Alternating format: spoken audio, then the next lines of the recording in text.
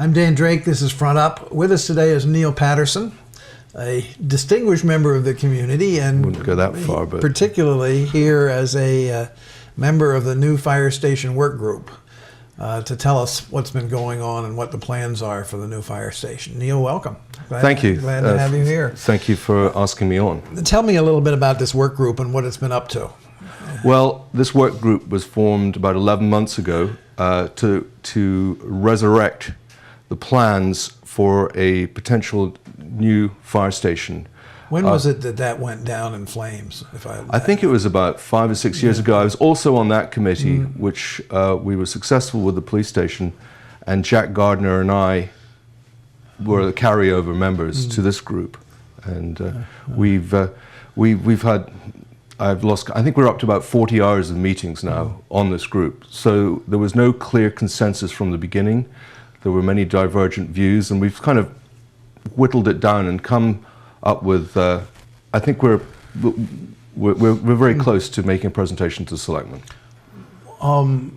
What were the significant areas of disagreement?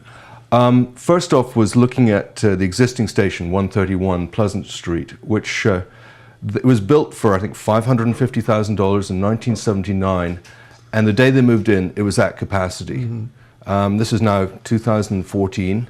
35 years later. 35 years later, and the building is woefully inadequate to sustain another 35 years, and there'll be a series of trailers out in the yard around it. There already are. Well, no, we got rid of them because people complained, but they're gone. But that was one. So we looked at that, and that comes with a price tag of about 11 to $12 million to bring that one up, completely redo it. But it also raises the question: where do you go when you're doing that? Because you need a warm, dry place where everyone's together, and it would take probably a year to build it. So we ruled that out quite early on. We also looked at satellite stations. Timmy Soverino felt very strongly about it. And we looked all over the place at satellite stations. And but you have two now, essentially. We have an unmanned one, as you know, in Madikit. We have another one in Sconset, which is really manned by the Eldridges, who have done it for a long time. They do great work, and they really help the community enormously by their service. But neither. It really comes down to manpower. At the present, there's about 20 firefighters. Shifts are running 3 to 5. 3 is minimum. I hope I'm right on that. 5 is. Does that include the EMTs? Yeah. Well, everyone's an EMT. Right. So everyone who works for the fire department is an EMT, and then that also leads on to the subject of. We are BLS, which is Basic Life Saving on Nantucket. Most communities on the mainland are ALS, Advanced Life Saving, and everyone has to be a paramedic. And that increases dramatically when you're rescuing somebody, their chances of survival. But at the present station, you can't do that there because there's no office, we don't have an officer for ALS. You need someone to continually keep up on the training. So. But anyway, I'm diverging from your question. Well, no, I sort of led you there, so I'll take responsibility for that. So you basically you came to a conclusion that 131 Pleasant Street wouldn't work. Yeah, it wouldn't work. We came up with the idea that I look at it. I mean, it's probably my Scottish blood, but we've already owned the land at 4 fairgrounds. We've already put the utilities underground. We've got a set of plans. Now, do I like the police station? I'm going to say I can't stand it. It wasn't what I thought was appropriate. I don't like all that brick. Shingles would have been so much better. But not half and half.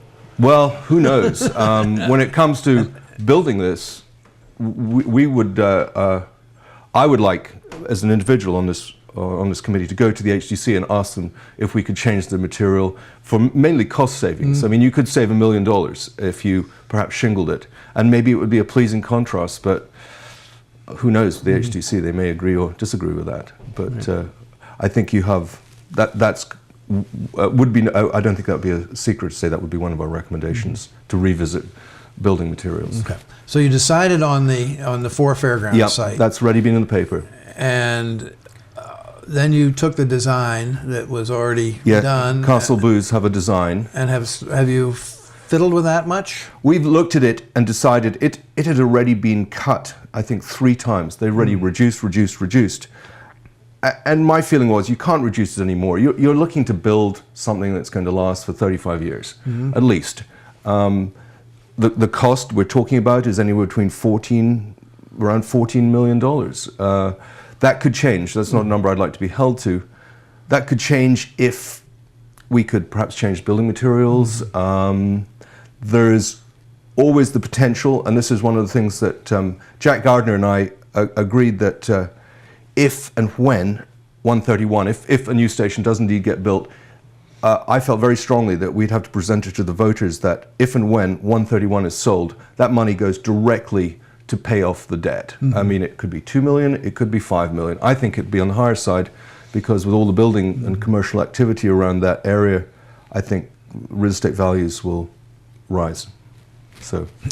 But that's not the committee's function, right? No. And that, some people say we missed the boat on selling that, because now the supermarket's facing, the back of it's facing. But I think they're going to need more parking. That's my theory. But that'd be a very expensive parking lot. Well, we've got very expensive groceries, I'm sure. Okay. What are some of the other things that you thought about in this process? Well, one of the things that we struggled with was with this, just to finish the satellite stations, was to have a satellite station, you need more people. Right. And you can't have one without the other.